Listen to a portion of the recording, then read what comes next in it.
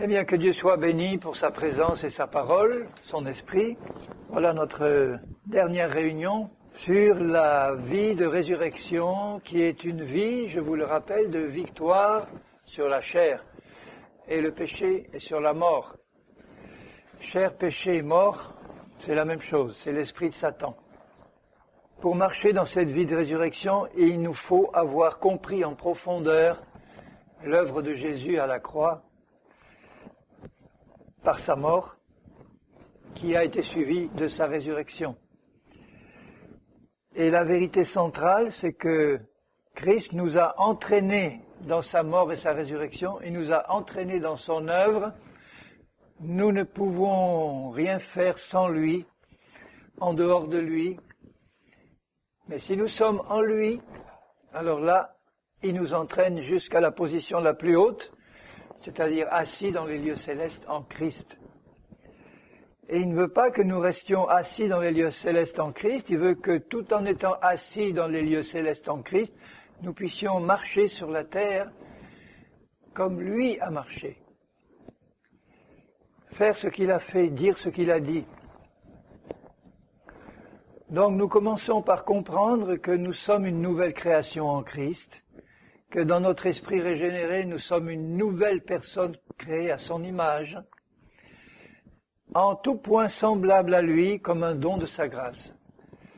Et le fait de réaliser ça par la foi, avant de le voir, de le croire, nous permet de marcher dans cette réalité-là.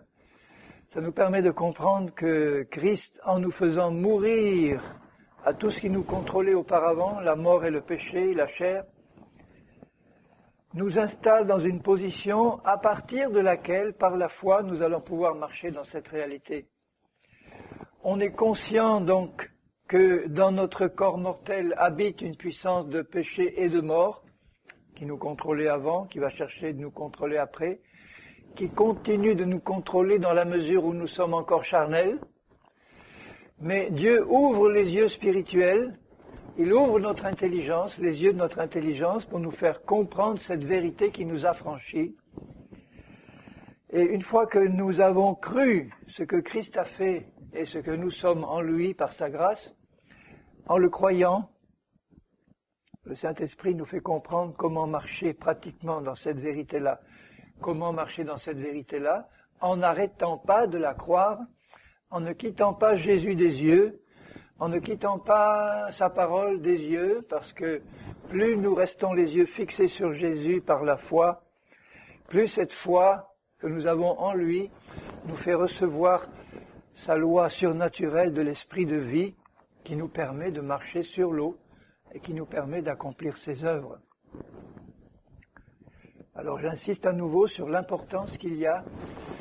On a chanté un cantique là, sa parfaite paix. Sa parfaite paix, c'est la paix de la foi. La foi nous donne la paix. La foi nous permet de marcher sur l'eau. La foi nous permet de marcher par l'esprit. La foi nous permet de marcher comme Jésus. La foi nous permet de marcher dans sa vie de résurrection. On marche sur l'eau, c'est-à-dire qu'on marche sur la mort. Celui qui ne marche pas sur l'eau, il coule, ça veut dire qu'il descend dans la mort.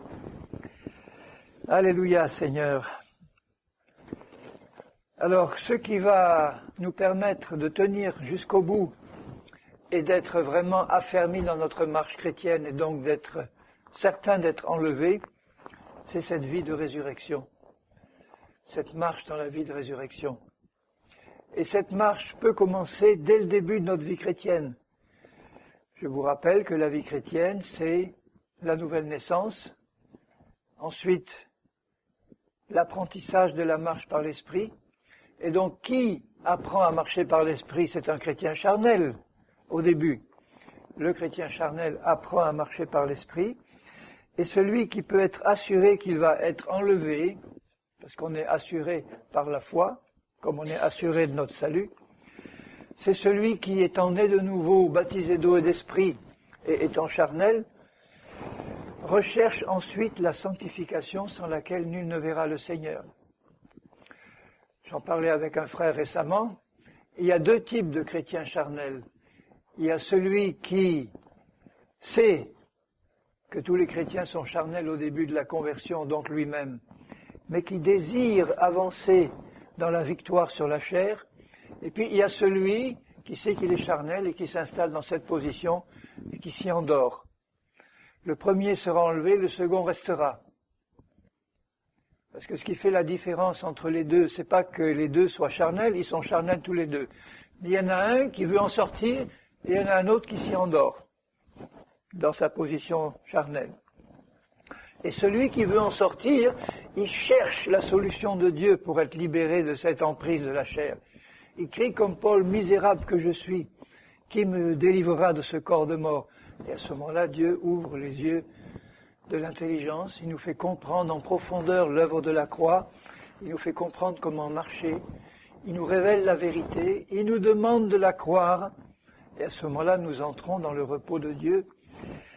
Je vais vous lire ce passage de l'Épître aux Hébreux où il parle de ce repos de la foi, Hébreux 3, où il dit au verset 7, « C'est pourquoi, selon ce que dit l'Écriture, aujourd'hui, si vous entendez sa voix, n'endurcissez pas vos cœurs, comme lors de la révolte, le jour de la tentation dans le désert. » C'est Dieu qui a été tenté au sens éprouvé par l'attitude des Hébreux dans le désert. Le jour de la tentation dans le désert où vos pères me tentèrent pour m'éprouver. Donc vous voyez, il y a deux types de tentations. Il y a le diable qui nous tente pour tomber dans le péché, et il y a nous qui pouvons tenter Dieu si nous nous révoltons contre lui. Le jour de la tentation dans le désert où vos pères me tentèrent pour m'éprouver, et ils virent mes œuvres pendant 40 ans. Aussi je fus irrité contre cette génération, et je dis, ils ont toujours un cœur qui s'égare, ils n'ont pas connu mes voies. Le Seigneur, il dit ça pour beaucoup de chrétiens aujourd'hui. Je jurai donc dans ma colère, ils n'entreront pas dans mon repos. Le repos, c'est le pays de Canaan. La chair, c'est le désert. Le repos, c'est la marche par l'esprit dans le pays de Canaan. Le repos, c'est la marche dans la vie de résurrection. Le pays de Canaan, c'était pas un pays où au départ ils allaient s'installer tranquillement. C'est un pays où ils avaient un héritage très beau, un héritage extraordinaire, où ils n'auraient rien eu à faire pour construire des celliers, des cuves, des maisons, tout était déjà prêt. Un pays où coule le lait et le miel, un pays, l'héritage abondant que nous avons en Christ, c'est ça. Sur terre, la réalité dans laquelle nous devons marcher. Ils avaient ce pays qui leur avait été donné, promis par Dieu. C'est à vous. Entrez, profitez-en. Non, nous n'y entrerons pas. Prenez garde, frères, au verset 12, que quelqu'un de vous n'ait un cœur mauvais et incrédule. Il parle à des chrétiens, il dit frère, hein, frère. Prenez garde, frère. Donc il nous le dit aussi. Et quand on a compris le message de la croix, c'est une responsabilité que Dieu nous demande d'exercer. Il y en a qui disent, oui, le message que tu nous enseignes, que nous sommes parfaits en Christ, ça nous déresponsabilise. Je dis, vous n'avez rien compris, mes amis. Au contraire, c'est là qu'on est responsabilisé au maximum. Parce qu'une fois qu'on a compris cette réalité, il nous demande de la croire pour la vivre, et la croire, c'est entrer dans le repos de la foi, entrer dans le pays où maintenant on va pouvoir non plus lutter contre la chair, elle est derrière, dans le désert, mais on va pouvoir lutter contre les dominations, les autorités, les géants, etc., de la bonne manière, c'est-à-dire en marchant par l'esprit, en marchant dans l'obéissance, nous entrons dans la victoire et dans l'héritage qui est le nôtre. Prenez garde, mais exhortez-vous les uns les autres chaque jour. Exhortez-vous, édifiez-vous, surveillez-vous les uns, veillez les uns sur les autres. Aussi longtemps qu'on peut dire aujourd'hui, afin qu'aucun de vous ne s'endurcisse par la séduction du péché. Il y a donc un risque, après avoir connu la vie de l'esprit, de retomber encore dans la séduction du péché et dans l'endurcissement du cœur et de la révolte. Car nous sommes devenus participants de Christ, Pourvu que, le petit pourvu que est important, hein, nous retenions jusqu'à la fin l'assurance, c'est-à-dire la foi, la ferme assurance des choses qu'on espère, que nous avions au commencement, pendant qu'il est dit, aujourd'hui, si vous entendez sa voix, n'endurcissez pas vos cœurs, c'est-à-dire, n'endurcissez pas vos cœurs en laissant la chair encore continuer de vous contrôler, comme les Hébreux l'ont fait.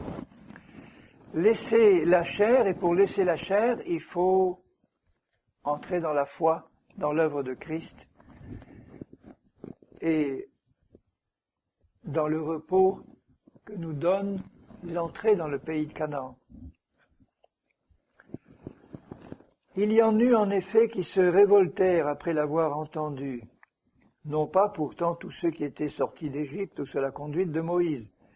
C'est-à-dire qu'il y en a parmi le peuple 2 qui ne se sont pas révoltés, et les Lévites non plus ne se sont pas révoltés, puisqu'il est dit que les Lévites sont aussi rentrés dans le pays de Canaan. Les 2 seuls qui sont rentrés, c'est Josué et Caleb parmi le peuple, mais les Lévites y sont rentrés aussi, parce qu'ils étaient sacrificateurs. On voit par exemple dans les récits de Josué, on parle de Phinéas, le fils du sacrificateur, qui était rentré dans le pays, et puis qui, Phinéas faisait partie des Lévites. Donc nous faisons partie des Lévites, nous aussi, spirituellement. Peut-être qu'il y a certains Lévites qui se sont endurcis et qui n'y sont pas rentrés, c'est possible aussi. Hein. Mais en tout cas, pour y entrer dans ce pays, il ne faut pas nous révolter, il ne faut plus laisser la chair nous contrôler, il faut croire et marcher dans la vie de résurrection. Et contre qui Dieu fut-il irrité pendant 40 ans, sinon contre ceux qui péchaient, qui continuaient à marcher par la chair et dans la révolte, et dont les cadavres tombèrent dans le désert. Marcher par la chair, c'est marcher dans la révolte contre la vérité, contre la parole de Dieu. Il y a une façon grossière et volontaire de marcher dans la révolte, c'est savoir qu'on pêche et pécher. Ça, c'est grossier. Il y a une façon subtile de marcher dans la révolte, c'est laisser la chair nous contrôler sans qu'on cherche à être éclairé par Dieu pour savoir si c'est charnel ou pas. Par exemple, les chrétiens qui entrent dans un système religieux où ils s'endorment, dans un système religieux, dans des doctrines, dans des comportements qui sont des lois, des règlements, des choses qui en soi ne sont pas mauvaises, mais qui mettent un système religieux sur le peuple, et il est là, et il s'endort dans ce système religieux en pensant qu'il est sur la bonne voie, alors qu'il est contrôlé par la chair religieuse. C'est une façon de se révolter contre Dieu aussi. Et on pourrait en sortir de cette révolte-là si on sentait que finalement ce train-train religieux ne nous satisfait pas profondément et les brebis qui sont dans ce système ne sont pas satisfaites et cherchent à en sortir en disant « Seigneur, il y a quelque chose qui ne va pas, il y a quelque chose qui ne me comble pas, il y a quelque chose qui ne me satisfait pas.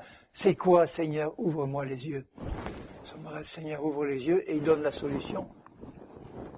Ainsi donc, au chapitre 4, craignons donc la crainte de Dieu, tandis que la promesse d'entrer dans son repos subsiste encore, qu'aucun de vous ne s'en trouve exclu. Exclu, ça c'est un mot qu'en tant qu'élève ou étudiant, on n'aime pas trop. Exclu.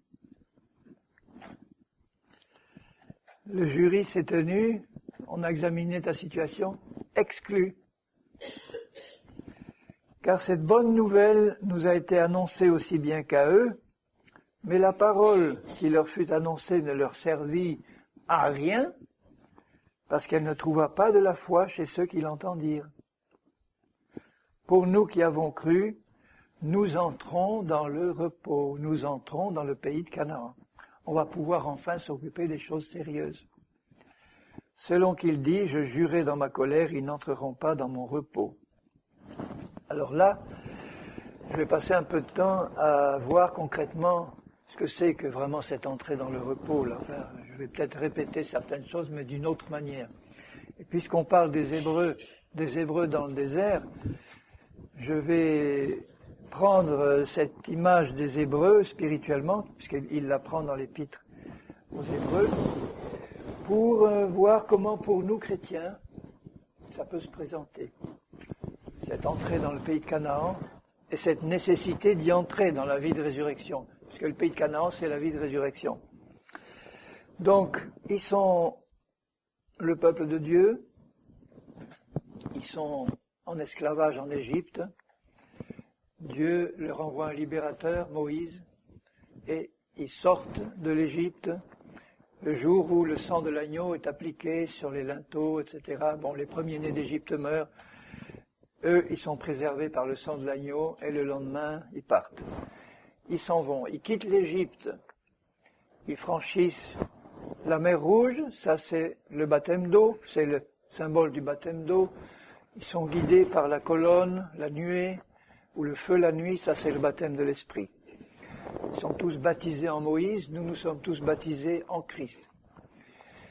Et immédiatement, ils sont entraînés par l'Esprit dans le désert, comme Christ a été entraîné dans le désert après son baptême d'eau et d'Esprit, pour être tenté, c'est-à-dire là pour se trouver confrontés à des épreuves qui vont nous montrer ce qui sort de notre cœur et comment on se comporte. C'est un passage obligé pour tous les chrétiens.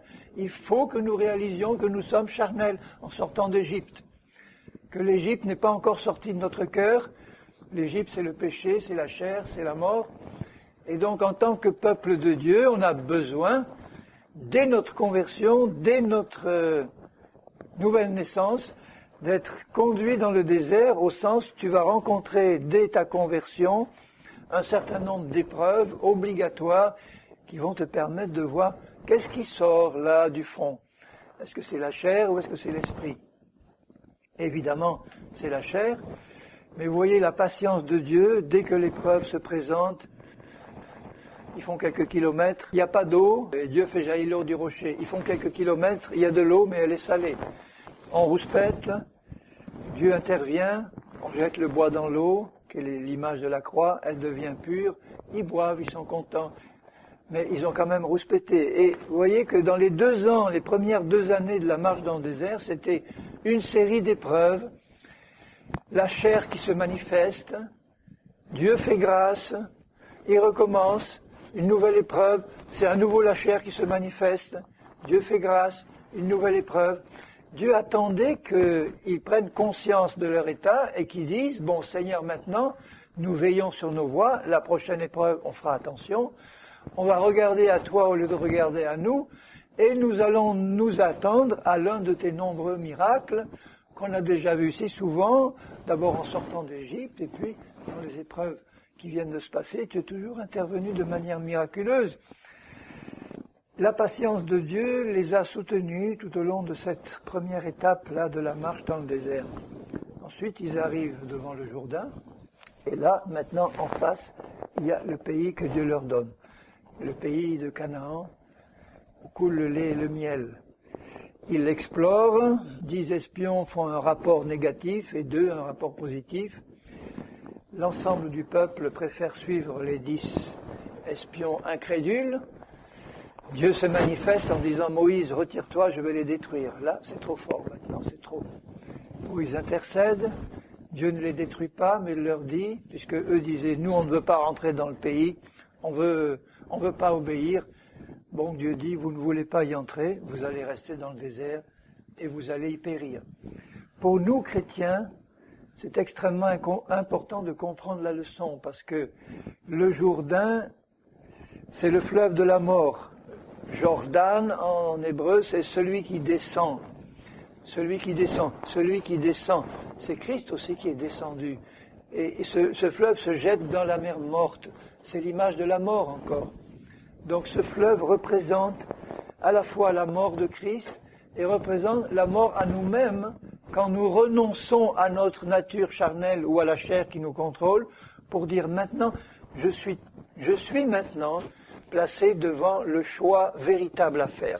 Le choix véritable à faire, si je veux rentrer dans la vie de résurrection, et si je veux laisser la chair, c'est-à-dire le désert derrière moi, les mauvaises réactions dans le désert, il faut que j'accepte, il faut que je comprenne l'œuvre de la mort en Christ, il faut que j'accepte de mourir avec Christ moi-même, et il faut que je comprenne que pour rentrer dans ce pays, il faut que je capitule, et que je passe moi-même maintenant par la mort. Que je comprenne ce que ça veut dire et que je l'accepte. Alors, ils sont restés 40 ans dans le désert parce qu'ils ne l'ont pas accepté, le jugement de Dieu. Finalement, au bout de 40 ans, ils arrivent à nouveau devant le Jourdain. Et cette fois, ils acceptent. Et là, je vais vous lire dans Josué le passage du Jourdain, parce qu'il y a une foule d'enseignements pratiques pour nous. Dans Josué 3, Josué s'étant levé de bon matin, partit de Sittim avec tous les enfants d'Israël. Ils arrivèrent au Jourdain, et ils passèrent la nuit avant de le traverser. Au bout de 3 jours, ça vous rappelle rien? Oui, les 3 jours du tombeau de Jésus. Les officiers parcoururent le camp et donnèrent cet ordre au peuple. Ils vont rentrer dans la vie de résurrection, donc les 3 jours, c'est le temps final finalement qui précède la résurrection. Et donnèrent cet ordre au peuple: lorsque vous verrez l'arche de l'alliance de l'Éternel, votre Dieu, portée par les sacrificateurs, les Lévites, vous partirez du lieu où vous êtes et vous vous mettrez en marche après elle. L'arche devait être devant. Elle devait passer la première, le fleuve. L'arche, c'est le lieu très saint, c'est aussi le symbole de Jésus. L'arche, c'est la présence de Dieu, c'est la présence de Jésus. L'arche devait marcher devant. Donc il devait vraiment suivre Jésus, avoir les yeux fixés sur Jésus comme nous, suivre Jésus dans la mort, suivre Jésus dans le fleuve du Jourdain. Il y aura entre vous et elle une distance d'environ 2000 coudées. Pour moi, c'est l'exemple des 2000 ans qui doivent s'écouler entre la mort et la résurrection de Jésus et l'enlèvement. Elle vous montrera le chemin que vous devez suivre, car vous n'avez pas encore passé par ce chemin. Vous n'êtes pas encore passé par la mort à vous-même. C'est le moment maintenant. Josué dit au peuple: sanctifiez-vous, car demain l'Éternel fera des prodiges au milieu de vous. Et Josué dit aux sacrificateurs: portez l'arche de l'alliance, passez devant le peuple. Ils portèrent l'arche et ils marchèrent devant le peuple. C'est aussi pour moi une image qui est importante en ce qui concerne les conducteurs spirituels de l'Église. Là où une Église, une assemblée a de bons conducteurs, sont des conducteurs qui ont compris la mort, qui ont compris ce que c'est que la mort et la marche par l'Esprit. Et si c'est eux qui passent devant, avec ce message de la croix, avec ce message de la résurrection, le peuple va suivre. Mais si eux-mêmes n'ont rien compris, ils ne vont pas marcher devant avec l'arche, ils marcheront derrière avec un autre fardeau sur leurs épaules, et ça ne pourra pas conduire le peuple dans la vie de résurrection. Il faut qu'ils donnent l'exemple. L'Éternel dit à Josué: aujourd'hui je commencerai à t'élever aux yeux de tout Israël, afin qu'ils sachent que je serai avec toi comme j'ai été avec Moïse. Tu donneras cet ordre aux sacrificateurs qui portent l'arche de l'alliance. Lorsque vous arriverez au bord des eaux du Jourdain, vous vous arrêterez dans le Jourdain. Voilà, dans le fleuve de la mort. L'arche, Jésus, doit s'arrêter dans le fleuve de la mort et vous suivez. Josué dit aux enfants d'Israël: approchez et écoutez les paroles de l'Éternel votre Dieu. Josué dit: à ceci, vous reconnaîtrez que le Dieu vivant est au milieu de vous, et qu'il chassera devant vous les Cananéens, les Héthiens, les Éviens, les Phéréziens, les Girgasiens, les Amoréens, les Jébusiens, c'est-à-dire tous ceux qui occupent le pays encore, que je vous ai donné en héritage. Il va falloir les déloger, mais pour les déloger, il faut marcher dans la vie de résurrection. Alors, voici l'arche de l'alliance du Seigneur de toute la terre va passer devant vous dans le Jourdain. Maintenant, prenez 12 hommes parmi les tribus d'Israël, un homme de chaque tribu. C'est une image de la représentation du peuple. Et dès que les sacrificateurs qui portent l'arche de l'Éternel, le Seigneur de toute la terre, poseront la plante des pieds dans les eaux du Jourdain, les eaux du Jourdain seront coupées. Les eaux qui descendent d'en haut, elles s'arrêteront en un monceau. Les eaux se sont coupées, le Jourdain s'ouvre, le fleuve de la mort s'ouvre et on passe. Le peuple sortit de ses tentes pour passer le Jourdain. Les sacrificateurs qui portaient l'arche marchèrent devant le peuple. Quand les sacrificateurs qui portaient l'arche furent arrivés au Jourdain, que leurs pieds se furent mouillés au bord de l'eau, donc il faut se mouiller, dans la mort. Le Jourdain regorge par-dessus toutes ses rives tout le temps de la moisson. Les eaux qui descendent d'en haut s'arrêtèrent et s'élevèrent en un monceau à une très grande distance près de la ville d'Adam, qui est à côté de Tsartan. J'ai regardé sur une carte, c'est qu'entre l'endroit près de Jéricho où ils ont posé les pieds et la ville d'Adam, il y a à peu près une vingtaine de kilomètres. C'était très loin. Donc c'est pas en posant les pieds là que le fleuve s'est ouvert devant eux.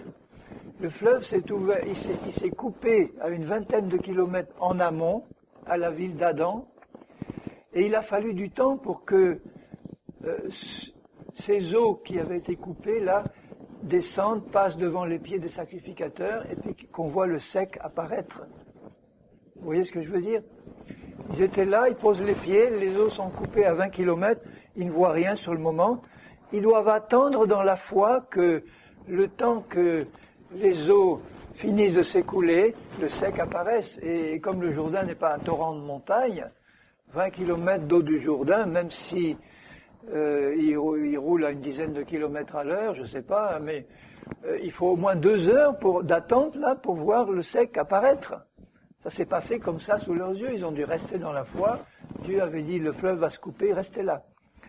Mais l'image est extraordinaire parce que la ville d'Adam, ça nous rappelle Adam.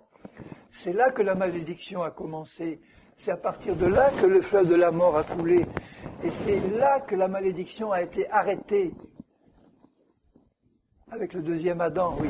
Donc, la malédiction est coupée par Christ, qui a mis les pieds dans le fleuve de la mort, l'arche. À ce moment-là, la malédiction qui venait sur nous depuis Adam est coupée par la mort de Jésus et sa résurrection, et nous pouvons passer à sa suite parce que la malédiction est coupée. C'est merveilleux. Et celles qui descendent vers la mer de la Plaine, la mer Salée, furent complètement coupées. Le peuple passa vis-à-vis de Jéricho. Les sacrificateurs qui portaient l'arche de l'Alliance s'arrêtèrent de pied ferme sur le sec, au milieu du Jourdain. Vous voyez, l'arche est là, au milieu du fleuve de la mort qui est coupé. Et là, tant que tout le peuple n'est pas passé, l'arche est au milieu du fleuve. On attend que tout le monde passe. Voilà, tout le monde est passé. Maintenant, les sacrificateurs sortent.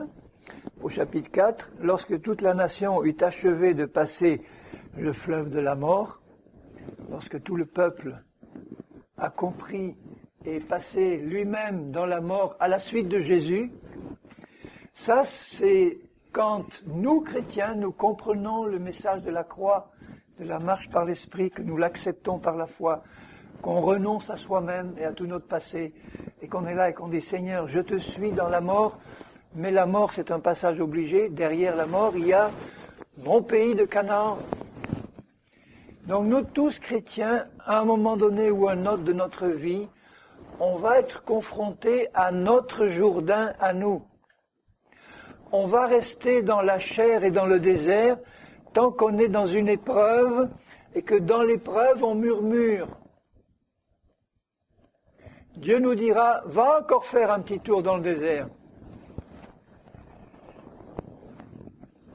Tant que tu n'auras pas compris qu'il faut arrêter de murmurer, parce que c'était quand même des épreuves difficiles. Imaginez toute une population, 3 millions, on arrive dans un endroit où il n'y a pas d'eau, il y a les bébés qui crient, il y a les animaux qui crient, il y a là. Et là, il faut regarder en haut et dire, Seigneur, je te loue pour le miracle que tu vas faire. Là, on a compris. Là, on est mort. Là, on marche par l'esprit. Là, on peut traverser le Jourdain. Là, on peut rentrer dans le pays de Canaan, où coule le lait et le miel. Alors, la suite est encore plus belle. Enfin, prenez 12 hommes, je suis dans 4, 2. Prenez 12 hommes parmi le peuple, un homme de chaque tribu, donnez-leur cet ordre. Enlevez d'ici du milieu du Jourdain, de la place où les sacrificateurs se sont arrêtés, c'est-à-dire de la place où Jésus a été plongé dans la mort, là, puisqu'ils portaient l'arche, se sont arrêtés de pied ferme. Prenez 12 pierres. Les 12 pierres représentent les 12 tribus, les 12 pierres représentent l'ensemble des chrétiens, les 12 pierres représentent le peuple de Dieu. Prenez 12 pierres là au milieu de la mort, dans le lit du fleuve du Jourdain, au pied des sacrificateurs. Sortez-les là de la mort et allez les planter dans la vie de résurrection de l'autre côté du Jourdain. Prenez ces 12 pierres que vous emporterez avec vous, on les sort du milieu du fleuve, et vous les déposerez dans le lieu de l'autre côté où vous passerez la nuit. C'est ce lieu-là, c'est le pays de Canaan, c'est le pays de la résurrection. On est ressuscité en Christ. Josué appela les 12 hommes qu'il choisit parmi les enfants d'Israël, un homme par tribu. Il leur dit, passez devant l'arche de l'Éternel votre Dieu au milieu du Jourdain, et que chacun de vous charge une pierre sur son épaule, selon le nombre des tribus des enfants d'Israël, afin que cela soit un signe au milieu de vous. Et lorsque vos enfants demanderont un jour, que signifient pour vous ces pierres qui sont plantées là dans le pays de Canaan? Eh bien, ces pierres représentent les ressuscités, ceux qui sont sortis de la mort et qui sont maintenant plantés dans le pays de Canaan. Les eaux du Jourdain ont été coupées devant l'arche de l'alliance de l'Éternel. Lorsqu'elle passa le Jourdain, les eaux du Jourdain ont été coupées, et ces pierres seront à jamais un souvenir pour les enfants d'Israël. Elles ont été sorties du lit de la mort, elles ont été plantées dans le pays de la résurrection, et gardez les yeux fixés sur ces pierres parce qu'elles vous rappelleront constamment que vous êtes ressuscités en Christ. C'est un peu une façon de dire, gardez les yeux sur Jésus, la pierre vivante, gardez les yeux sur sa parole et n'oubliez pas ce qu'il a fait. Les enfants d'Israël firent ce que Josué leur avait ordonné, ils enlevèrent 12 pierres du milieu du Jourdain, comme l'Éternel l'avait dit à Josué, selon les nombres des tribus des enfants d'Israël, ils les emportèrent avec eux, ils les déposèrent dans le lieu où ils devaient passer la nuit. Josué dressa aussi 12 pierres au milieu du Jourdain, à la place où s'étaient arrêtés les pieds des sacrificateurs qui portaient l'arche, et elles y sont restées jusqu'à ce jour. Les sacrificateurs qui portaient l'arche se tinrent au milieu du Jourdain jusqu'à l'entière exécution de ce que l'Éternel avait ordonné à Josué de dire au peuple. Alors ça veut dire que ces 12 pierres-là, qui ont été prises au milieu du fleuve de la mort et portées dans le pays de Canaan, représentent le peuple ressuscité. Mais il a aussi pris 12 pierres de là où ils étaient avant et il les a laissées dans le fleuve pour montrer que nous sommes vraiment morts et ressuscités en Christ et que les deux aspects, on ne doit pas l'oublier, c'est que là, au fond du fleuve de la mort, il y a notre vieille nature qui est morte et enterrée, mais du fleuve de la mort, Dieu a pris, pas les mêmes pierres, mais 12 autres, c'est la nouvelle création, qu'il a sorti du fleuve de la mort et qu'il a transporté dans le pays de Canaan. Donc ça nous montre que le vieil homme, c'est pas le vieil homme qui a été transformé en nouveau, c'était le vieil homme qui reste dans la mort, définitivement. J'ai été crucifié avec Christ, le vieil homme est mort. Et puis là, il a sorti de la mort 12 pierres nouvelles qu'il a plantées dans le pays de Canaan et qui restent debout là, dans le pays de Canaan. Chapitre 4, verset 16, l'Éternel dit à Josué, ordonne aux sacrificateurs qui portent l'arche, maintenant que le peuple est passé, de sortir du Jourdain. Jésus ouvre la marche et il la ferme. Il plante les pieds, le peuple passe, il arrive le premier dans le fleuve de la mort, le peuple passe et il en sort le dernier. Voilà, l'alpha, l'oméga, le commencement et la fin. Et au verset 18, lorsque les sacrificateurs qui portaient l'arche de l'alliance de l'Éternel furent sortis du milieu du Jourdain, et que la plante de leurs pieds se posa sur le sec, les eaux du Jourdain retournèrent à leur place et se répandirent comme auparavant sur tous ses bords. Maintenant, il peut le faire, le peuple est passé. Le peuple sortit du Jourdain le 10e jour du premier mois. Le premier mois, c'est le mois de la Pâque, premier mois religieux de l'année religieuse. La Pâque, c'est le 14e jour.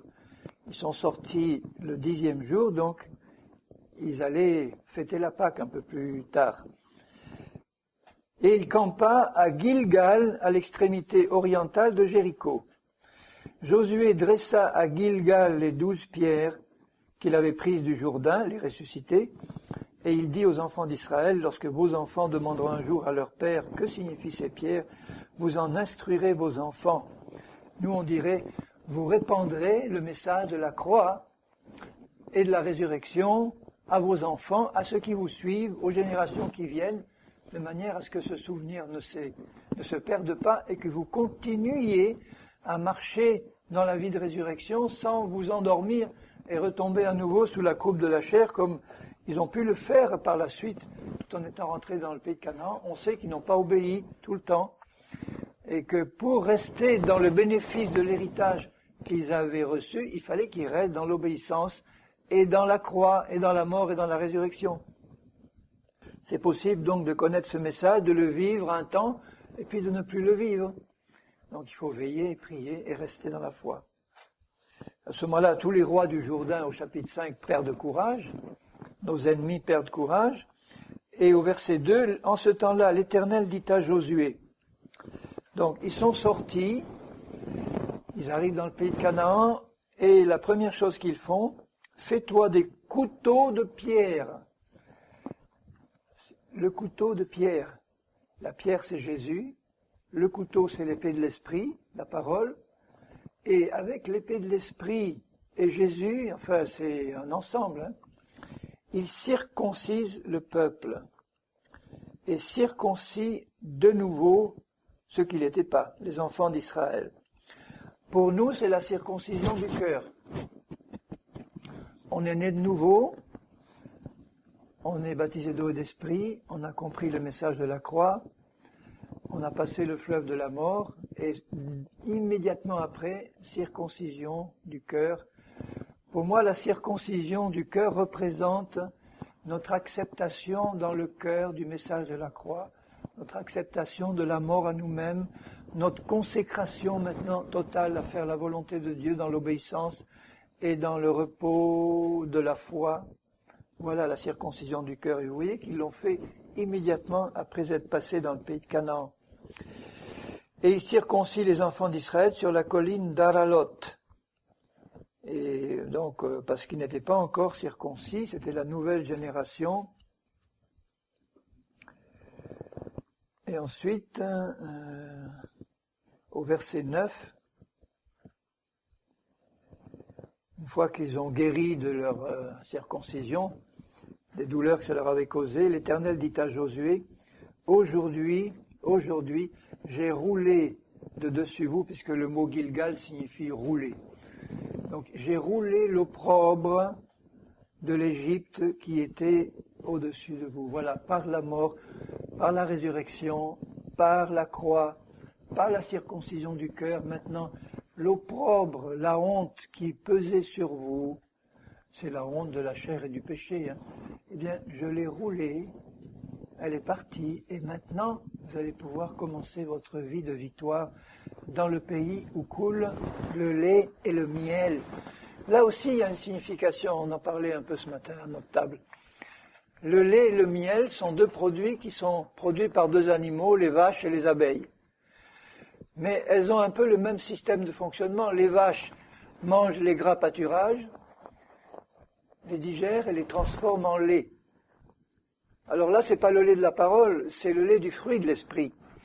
Et les abeilles, elles butinent les fleurs, elles les transforment, elles les digèrent et elles produisent le miel. Alors pour nous, c'est une image de ce que nous devons faire en tant qu'enfants de Dieu, nous nourrir des bons pâturages de la parole de Dieu, les digérer, produire le fruit, nous nourrir du pollen et du nectar des fleurs du jardin de Dieu et les digérer et produire le fruit de l'esprit, la douceur du miel. Ce pays où coule le lait et le miel, c'est le pays à la fois de la victoire sur nos ennemis dans la puissance et c'est le pays où on va produire le fruit de l'esprit qui va faire tant de bien et à nous et aux autres. le pays où coule le lait et le miel. Et ensuite, au verset 10, les enfants d'Israël campèrent à Gilgal, l'endroit où ils avaient été circoncis, et là, ils célèbrent la Pâque, le 14e jour du mois, sur le soir, dans les plaines de Jéricho. La Pâque, c'est à nouveau la célébration de la mort de Jésus.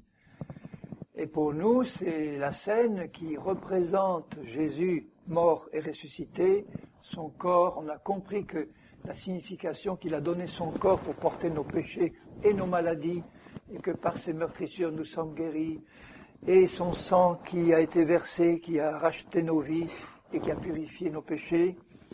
Ils commencent leur vie de victoire par la mort, la résurrection, par la circoncision, par la Pâque. Vous voyez, ils sont bien équipés là pour gagner le combat. Et alors, ils célébrèrent la Pâque le 14e jour du mois, sur le soir, dans les plaines de Jéricho. Ils mangèrent du blé du pays le lendemain de la Pâque. Quand ils mangèrent le blé du pays, les enfants d'Israël n'eurent plus de manne. La manne, c'est la nourriture que Dieu nous donne quand on est dans le désert. Il nous faut être nourris. Bon, c'est la parole de Dieu, c'est sûr, la manne. Mais dans le pays de Canaan, ce n'est plus la manne, c'est le blé du pays. C'est le blé qui est produit dans le pays. Ça veut dire que tant qu'on est dans le désert de la chair, le Seigneur, il pourvoit quand même à notre entretien par la manne qui tombe du ciel. Mais quand on est dans le pays, là, c'est toutes les richesses de la production du pays qui sont à notre disposition. Et le blé, ils mangèrent le blé du pays le lendemain de la Pâque, les pains sans levain et le grain rôti. Or, le lendemain de la Pâque, c'est la fête des pains sans levain. C'est le jour où Jésus a été mis dans le tombeau. Et nous savons que le baptême représente notre mort en Christ et la mise au tombeau, notre mise au tombeau en Christ. Et à partir de ce moment-là, il ne peut plus suivre que la résurrection, le premier jour de la semaine qui suit. Ils ont commencé à manger des produits du pays le lendemain de la Pâque, qui représente pour nous et pour Christ, le moment où on a été mis au tombeau. On commence à se nourrir des productions du pays, et ensuite on vit carrément dans la vie de résurrection. La manne cessa le lendemain de la Pâque quand ils mangèrent le blé du pays, et pas seulement le blé, mais les figues, les richesses et les richesses du pays de Canaan. Et comme Josué était près de Jéricho, il leva les yeux, regarda, voici un homme se tenait debout devant lui, son épée nue dans la main. Alors j'ai une petite idée de qui pouvait être cet homme. C'est sans doute le Seigneur Jésus, en tout cas un ange puissant ou une représentation de l'Éternel. Il alla vers lui et lui dit, « Es-tu des nôtres ou de nos ennemis ?» Et il répondit, « Non. » C'est curieux comme réponse. « Tu es des nôtres ou de nos ennemis ?» « Non. » On dirait, bon, c'est pas une réponse ça, mais enfin c'est une réponse dont il faut comprendre la signification. Donc il dit, non, ça veut dire, je suis ni des nôtres, je suis ni de vous, ni de vos ennemis, je suis d'une catégorie supérieure. Je suis le chef de l'armée de l'Éternel. Donc le Seigneur Jésus, il n'est pas vraiment des nôtres au sens que nous sommes une création et lui il est Dieu, mais il nous associe à sa victoire en tant que chef de l'armée de l'Éternel, parce que avec tout ce qui s'est passé là, la mort, la résurrection, etc., l'entrée dans un pays nouveau, pour nous c'est réaliser que nous sommes nés de nouveau à l'image de Christ. Nous ne sommes pas Christ, mais nous sommes unis à lui dans sa vie de résurrection. Je suis le chef de l'armée de l'Éternel, j'arrive maintenant. Maintenant vous êtes prêts, maintenant vous êtes circoncis, maintenant vous êtes disposés, maintenant vous êtes soumis, maintenant vous êtes dans l'esprit, maintenant vous allez bénéficier pleinement de toute ma puissance. Maintenant, en tant que chef de l'armée de l'Éternel, j'ai une armée digne de moi. Et vous allez pouvoir entrer dans la victoire maintenant. Josué tomba le visage contre terre, se prosterna et lui dit, qu'est-ce que mon Seigneur dit à son serviteur?